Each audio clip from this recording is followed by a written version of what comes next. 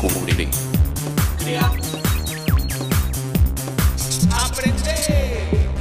Participar. Televisión más internet. www.encuentro.gov.ar.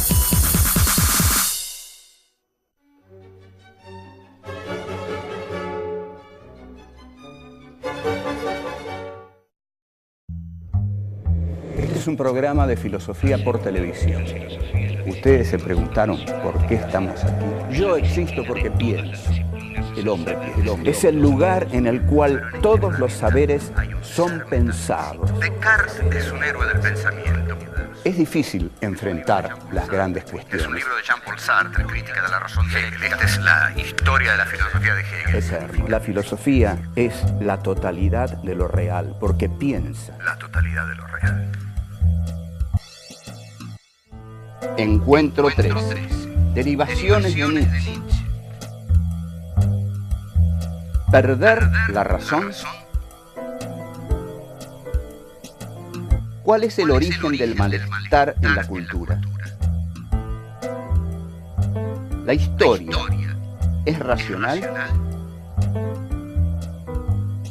¿Existió Auschwitz? ¿Existe Dios?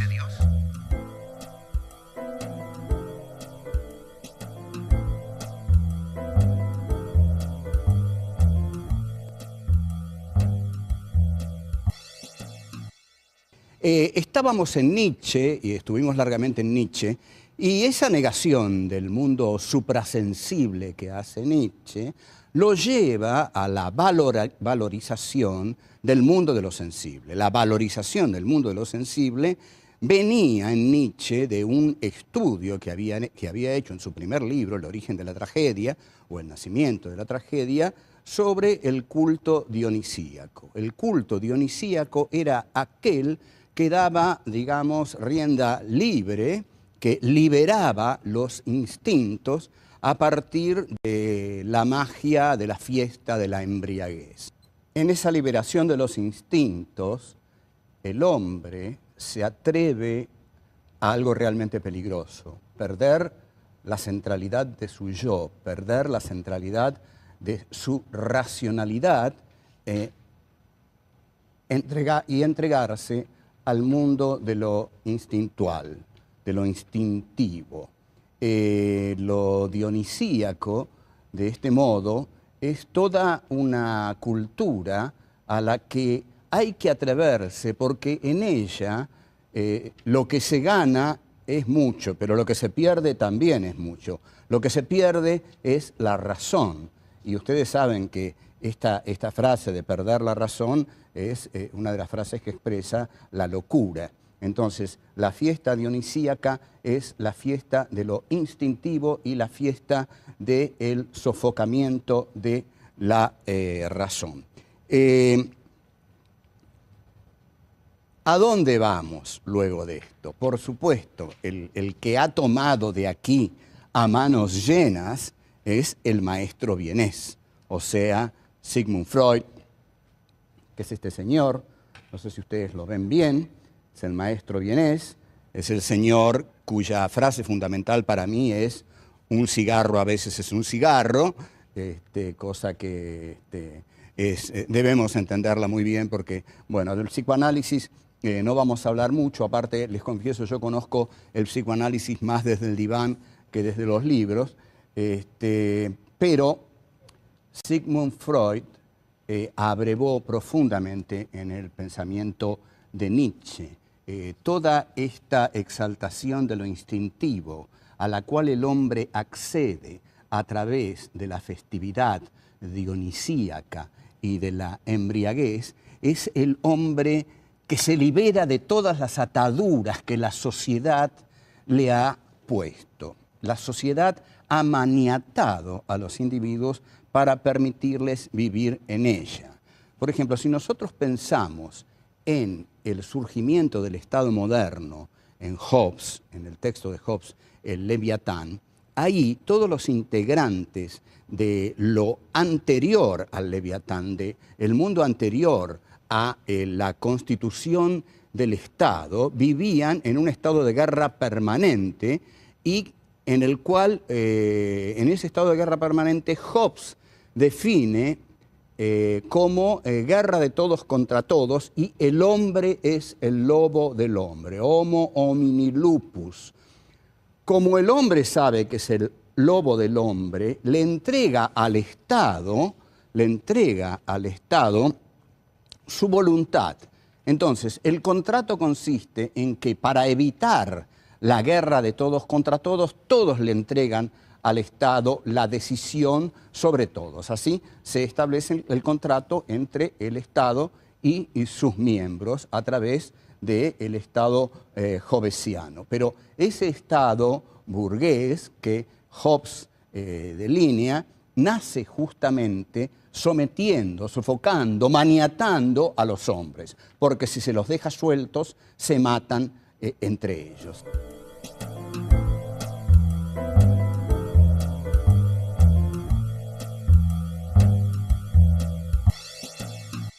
Lo que dijo Nietzsche es lo que va a retomar Freud. Freud escribe muchos textos, pero el texto más filosófico de Freud es de 1930 y se llama El malestar en la cultura.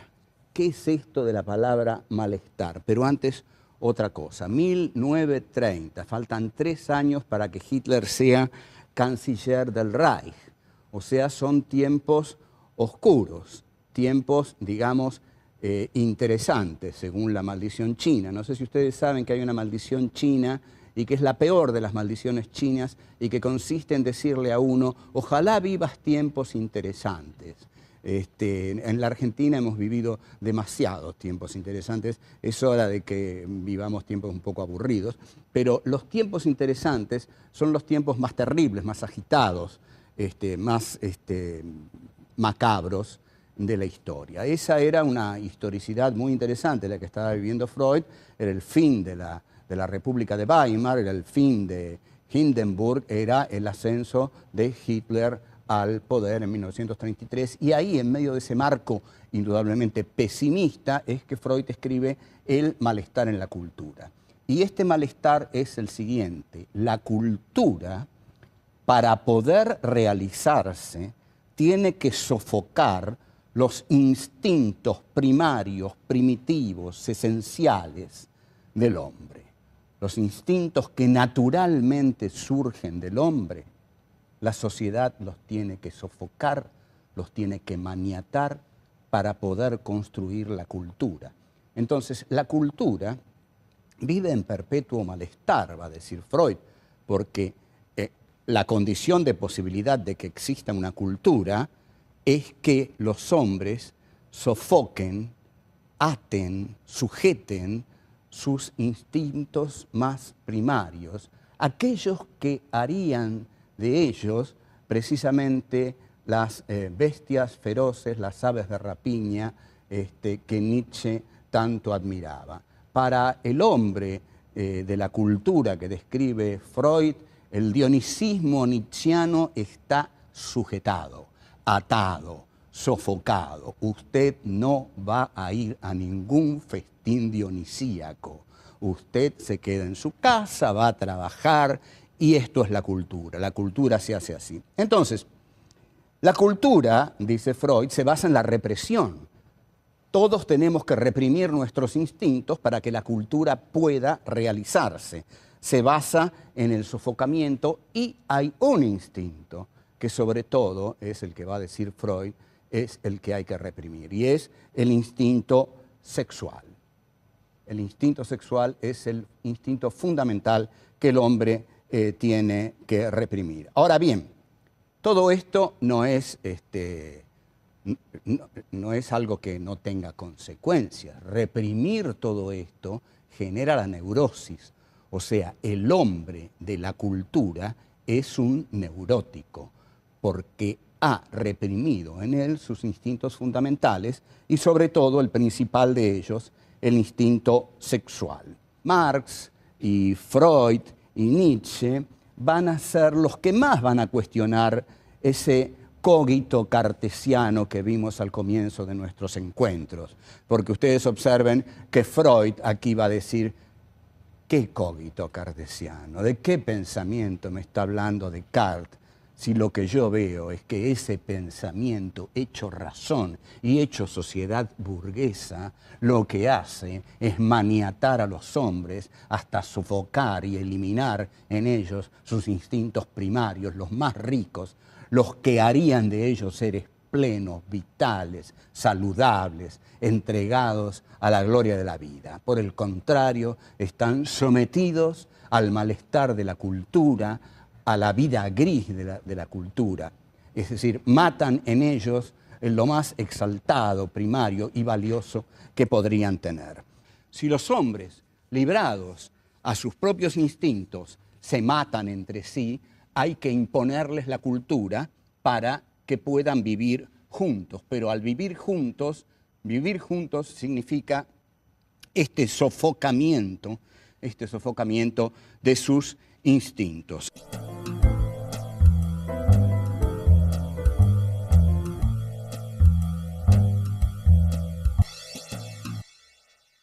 El hombre es un ser patético al que Freud va a definir como un Dios con prótesis en este libro hermoso de Freud, que es El malestar en la cultura. Esta idea de un Dios con prótesis es muy interesante para pensarla actualmente, porque un Dios con prótesis lo que hace referencia aquí Freud es a la técnica. La técnica es la prótesis del hombre. Las prótesis del hombre son justamente los poderosos instrumentos técnicos de los que se vale para devastar la naturaleza, para hacer las guerras, para incluso instaurar los campos de exterminio. El hombre no es una criatura tierna, ama a tu prójimo como a ti mismo. Al contrario, el hombre es una criatura belicosa, con instintos de agresividad muy poderosos, y efectivamente el hombre es el lobo para el hombre. Entonces Freud encuentra dos elementos fundamentales en el hombre, que son el eros y la pulsión de muerte. Freud no usa tánatos, porque frecuentemente se dice eros y tánatos, pero es un error. Freud habla de la pulsión de muerte. El eros es la fuerza del amor y la pulsión de muerte es la fuerza de la destrucción. Lo que va a decir Freud es que estas dos potencias que están en la interioridad del hombre se enfrentan constantemente. Y lo que va a decir es que las pulsiones instintivas son más poderosas que las racionales, y que él ve que este mundo está cada vez más dominado por la pulsión de muerte. Desea que el eros pueda imponerse, porque el eros es la fuerza del amor, pero que ve con enorme desazón que la pulsión de muerte triunfa una y otra vez sobre el eros. Enorme influencia en Freud y en Nietzsche tuvo Fyodor Dostoyevsky, que escribió un libro, Memorias del subsuelo, que es realmente una de las cumbres del pensamiento. Recomiendo su lectura fervorosamente. Es un libro pequeño, en el cual Dostoyevsky dice que el hombre propende a la destrucción y al caos, que si 2 más 2 son 4, 2 más 2 son 5, y eso le place más, le gusta más. Ustedes observen que 2 más 2 son 4 es lo apolíneo, 2 más 2 son 5, es ya la irracionalidad dionisíaca. Dostoyevsky también dice, en Memorias del subsuelo, de la historia se puede decir cualquier cosa menos que es prudente, y de algún modo la dialéctica hegeliana, y esta es la crítica que le va a hacer la Escuela de Frankfurt, en la que ahora vamos a entrar, la crítica que le hace la Escuela de Frankfurt a Hegel es que la dialéctica hace de la historia algo prudente, porque establece un telos, una finalidad, una teleología en la historia. La historia se desarrolla racionalmente. Como vemos, a este desarrollo racional de la historia, Marx, Nietzsche, Freud y Dostoyevsky la han castigado muy, muy severamente. Pero yo diría todavía que con más fuerza Nietzsche y Freud han castigado la racionalidad en la historia, porque Marx incorpora mucho hegelianismo en su concepción de la historia. Ahora, hay en el siglo XX una escuela a la que se le llama la Escuela de Frankfurt, que viene a repensar todos estos problemas desde una perspectiva ya definitivamente trágica. En 1940, Theodor Adorno y Max Horkheimer trabajan en California un texto que finalmente va a llamarse Dialéctica del Iluminismo, que terminan en 1944 y se publica en 1949. La Dialéctica del Iluminismo tiene un pasaje de profunda, pero profundísima influencia nietzscheana o freudiana. Ahí brillantemente, Adorno y Horkheimer trazan la parábola de Odiseo. ¿Qué hace Odiseo? Odiseo sabe que en determinado momento su barco, con el cual retorna a su hogar, va a pasar por una zona en la cual están las sirenas. Estas sirenas cantan y parece que su canto es tan embriagador que enloquece a los hombres. Entonces, ¿qué hace Odiseo? Odiseo pone cera en los oídos de todos aquellos que tienen que ir remando para que su barco avance, y ordena que a él lo maniaten a un mástil. O sea, se hace atar. Este es el hombre de la cultura moderna. El hombre que se hace atar para no permitirse enloquecer entregándose a sus instintos. Ustedes observen la riqueza del pensamiento de Nietzsche, la riqueza del pensamiento de Freud, que aquí surge en uno de los pasajes más brillantes de Dialéctica del Iluminismo y que reinterpreta la Odisea de Homero. O sea, entonces, Odiseo se hace atar al mástil, tal como el hombre moderno se hace atar, sujetar a tantas cosas para que la cultura sea posible. Entonces, se hace atar al mástil y escucha el canto de las sirenas. Pero si bien enloquece, no va hacia ellas, porque sabe que ir hacia ellas es perderse, extraviarse para siempre, dejar de ser un animal racional. Entonces, esta parábola de Odiseo es la que usan Adorno y Horkheimer para mostrar que la razón humana esclaviza a los hombres. Pero van a mostrar algo mucho más terrible. Lo que van a decir Adorno y Horkheimer, y con esto se inicia una línea de meditación muy profunda en el siglo XX, es que esa razón, que si bien surge en Descartes, por supuesto, se consolida en la razón iluminista durante la Revolución Francesa, la época de las luces, la época de la diosa razón, la época del iluminismo. Entonces, lo que van a decir Adorno y Horkheimer es que esta razón, que dijimos que era la razón del capitalismo que surgía con Descartes y que triunfa con la Revolución Francesa, esta racionalidad de la Ilustración, van a decir, tiene una dialéctica. Y esta dialéctica lo que hace es, en efecto, lo que mostraron Nietzsche y Freud, encadena a los hombres, aniquila sus instintos y los somete a las reglas de la razón capitalista burguesa. Pero, van a decir, esta razón finalmente lleva a un enfrentamiento tan trágico, tan cruento, tan despiadado, que lleva finalmente a los campos de exterminio.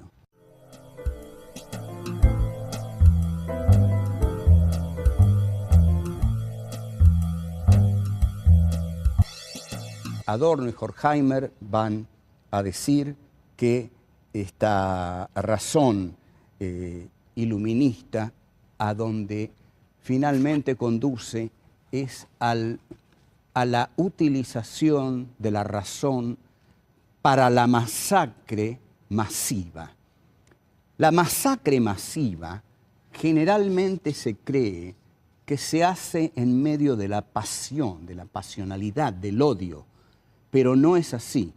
lo que van a decir Adorno, Horkheimer, lo que va a decir Hannah Arendt, lo que va a decir Paul Celan, lo que va a decir Primo Levi, lo que van a decir todos los filósofos que van a pensar hondamente el Holocausto, es que justamente el Holocausto se realizó por medio de la razón como instrumento del masacramiento de los cuerpos de los campos de exterminio.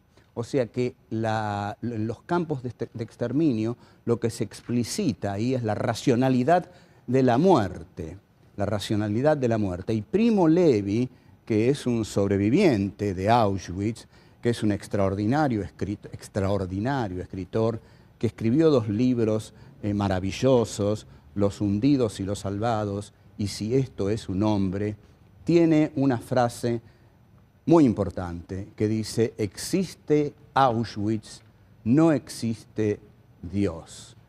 Es una versión diferenciada, mucho más dolorosa del Dios ha muerto de Nietzsche, pero lo que está diciendo Primo Levi es justamente eso: ¿cómo pudo existir Auschwitz si hubiera existido Dios? Entonces dice: existe Auschwitz, no existió Dios. Y cuando Hannah Arendt habla de la banalidad del mal, lo que está diciendo es que justamente la razón del capitalismo burgués se pone fríamente al servicio del exterminio, y que el burócrata del crimen, el burócrata de la masacre, que es Adolf Eichmann, hace el mal sin pasión. Esta frase extraordinaria, el mal sin pasión, es de Sarmiento en El Facundo. Sarmiento decía que Rosas hacía el mal sin pasión.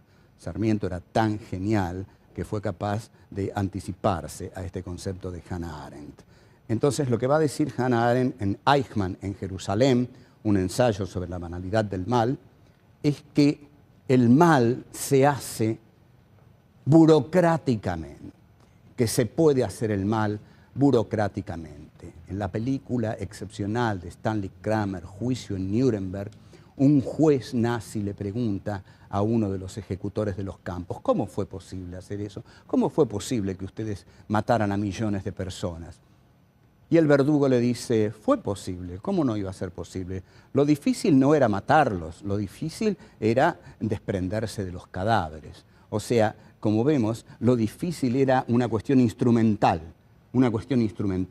Entonces, razón instrumental es como Adorno y Horkheimer van a llamar a la razón del iluminismo, a la razón de las luces, que surge con la Revolución Francesa y, según Adorno y Horkheimer, termina en los campos de exterminio. Este texto, Adorno y Horkheimer, y con esto quiero acercarme al final de estos encuentros que hemos tenido de filosofía, el texto Dialéctica del Iluminismo está basado en un texto excepcional de Walter Benjamin, que se llama Tesis sobre Filosofía de la Historia. Y Benjamin tenía una frase que decía, voy a decir brevemente que Benjamin murió en la frontera franco-española, envenenándose, suicidándose, porque el día que llegó para pasar a España y salvarse de la Gestapo que lo venía persiguiendo, España cerró la frontera. Entonces Benjamin se suicidó. La frase de Walter Benjamin, uno de los más grandes pensadores del siglo XX, es: solo por nuestro amor a los desesperados conservamos todavía la esperanza. Yo creo que es así, que tenemos la obligación de conservar la esperanza porque hay todavía demasiados desesperados en este mundo. En consecuencia, no podemos darnos el lujo de la desesperanza.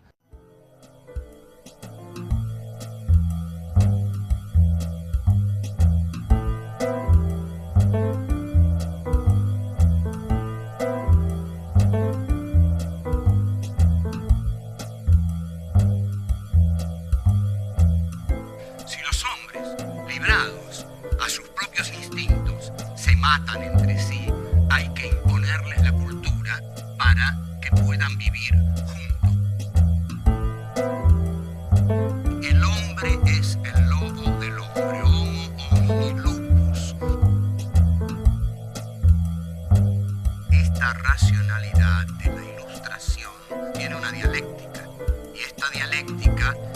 encadena a los hombres, aniquila sus instintos y los somete a las reglas de la razón capitalista burguesa.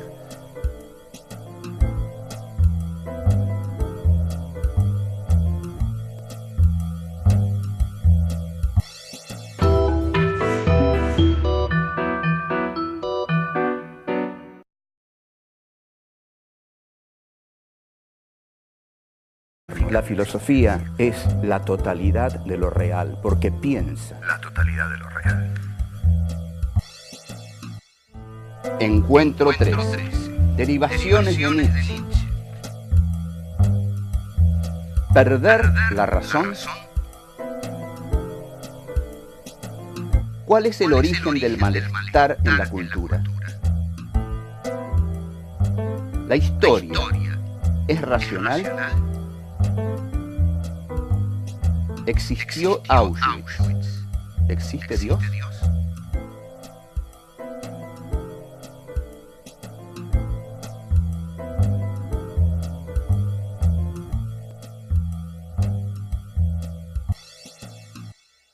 Estábamos en Nietzsche, y estuvimos largamente en Nietzsche, y entregarse al mundo de lo instintual, de lo instintivo. Lo dionisíaco, de este modo, es toda una cultura a la que hay que atreverse, porque en ella lo que se gana es mucho, pero lo que se pierde también es mucho. Lo que se pierde es la razón. Y ustedes saben que esta frase de perder la razón es una de las frases que expresa la locura. Entonces, la fiesta dionisíaca es la fiesta de lo instintivo y la fiesta del sofocamiento de la razón. ¿A dónde vamos luego de esto? Por supuesto, el que ha tomado de aquí a manos llenas es el maestro vienés, o sea, Sigmund Freud, que es este señor, no sé si ustedes lo ven bien, es el maestro vienés, es el señor cuya frase fundamental para mí es un cigarro a veces es un cigarro, cosa que debemos entenderla muy bien porque, bueno, del psicoanálisis no vamos a hablar mucho, aparte les confieso, yo conozco el psicoanálisis más desde el diván que desde los libros, pero Sigmund Freud abrevó profundamente en el pensamiento de Nietzsche toda esta exaltación de lo instintivo a la cual el hombre accede a través de la festividad dionisíaca y de... Descubrir. Crear. Aprender. Participar. Televisión más internet. www.encuentro.gov.ar.